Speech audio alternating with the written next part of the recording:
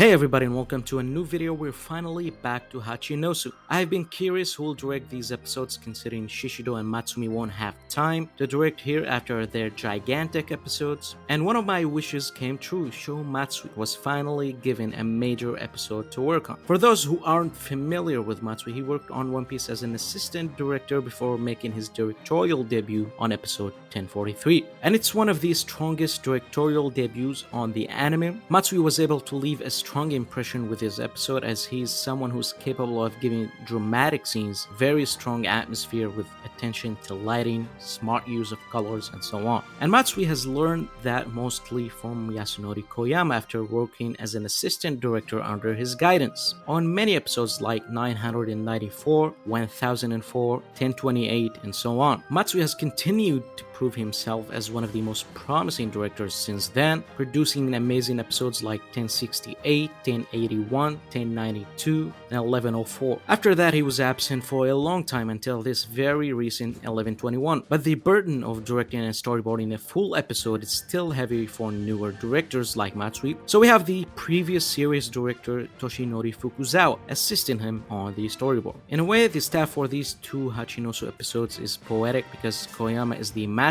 and Matsui is the disciple. But getting to the direction of this episode, starting the episode with Garp and Kuzan training in silence is very effective build-up, especially when the lighting and art direction are this good. Every shot was absolutely beautiful and atmospheric. Light reflection and shadows are very important elements in this episode to make it more cinematic. Even with weaker parts of the episode like San Juan Wolf, or Garp getting stabbed by Shiryu, or the absolutely brilliant bit of Kuzan's reappearance through Garp's bounty that freezes and breaks, symbolizing Kuzan defeating Garp. However, the flashback and exchange is the main highlight. The aspect ratio change and the incredible compositing made the flashback feel extremely powerful, especially with its transitions from past to present, from the wholesome interactions to the unfortunate clash.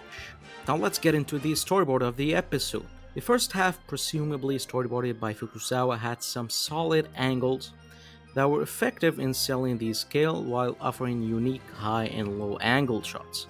But overall, it's nothing extraordinary, but very effective nonetheless. Now let's talk about Vincent Chansar's storyboard, or what's left of it.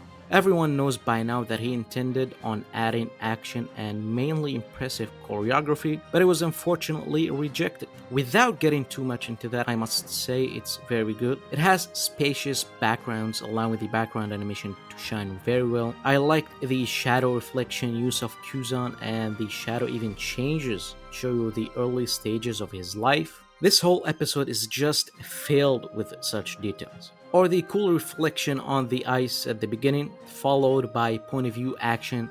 Another cool detail is Garp's sweat freezing, but to be honest, there's one thing that I felt a bit weird here narratively, and it's Kuzan actively freezing the pirates on his way. Maybe this could have worked if the ice surrounding Kuzan froze them, but you actually see Kuzan throwing ice on them, and I don't think Kuzan is stupid to nerf their powers like that. This section is interrupted with the flashback, but in a good way, after we get the opening shot of the fight.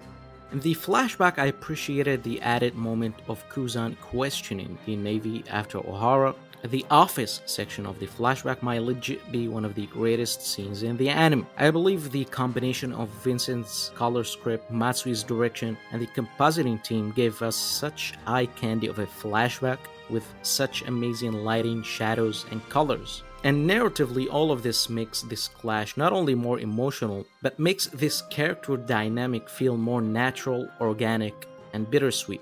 This is something that the episode has succeeded in massively, elevated the characters and emotional impact compared to the manga to beyond what I imagined. The rest of the episode was passable besides questionable pacing here and there. I actually liked some of the shots of Pizarro and how he looked more intimidating. But now let's get into the animation. The animation directors for this episode are Masahiro Kitazaki and Tu Young-soo, two of our strongest animation directors without a doubt, who handled some of the most difficult episodes like 1076 and 1066. So compared to Kaido and Big Mom, this is probably nothing to them. And with the chief animation directors, they ensured this episode is very well polished on that side.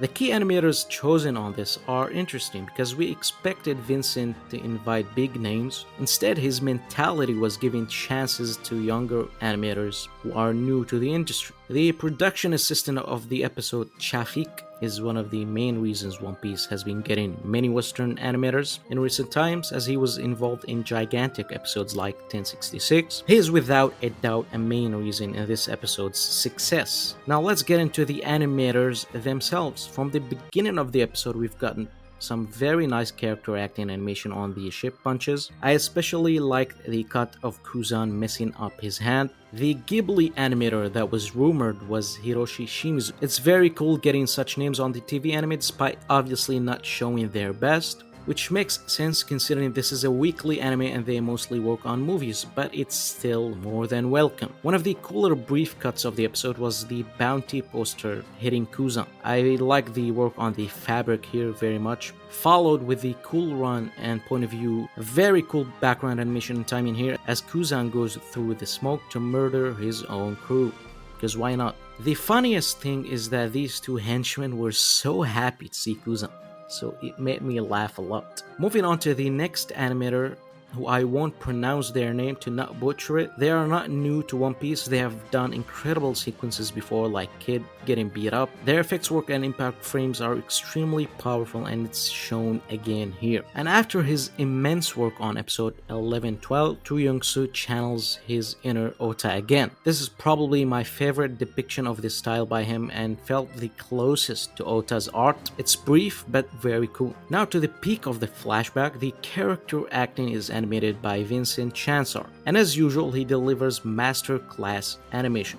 What I like about his character acting here is the perfect balance between One Piece and realism. There's goofy faces, but every subtle movement is given attention and love. You might hear buzzwords about over animated or over budget or whatever the hell that is, but I would never want Vincent to change his approach here. The ellipse synchronization and rotation is the icing on the top, and you can just feel the emotions on the facial expressions. That Kuzan smile was powerful. And now the actual clash. I thought it was Vincent, but corrected because of the hidden details, but it's another uprising animator called Mehdi.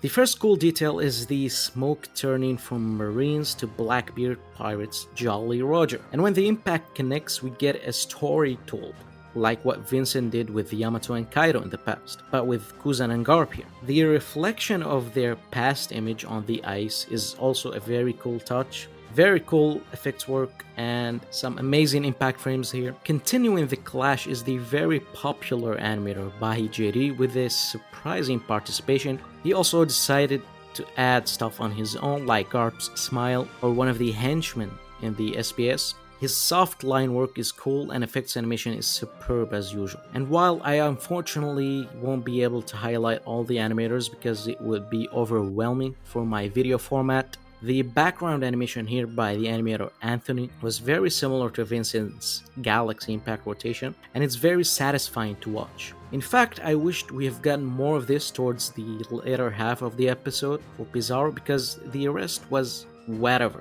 Overall, it's a great and unique episode, far from perfect, far from ideal to the artists themselves, but it still gave the chapter justice and more, and you can just feel the passion in every frame. Very excited for the next episode by Koyama and Ishizuka. Potentially episode of the year material on paper, and I think Koyama will be able to make Kobe enter a lot of people's hearts if they haven't already, considering this is his area that he excels at. Thanks a lot for watching, like and subscribe, see you next time.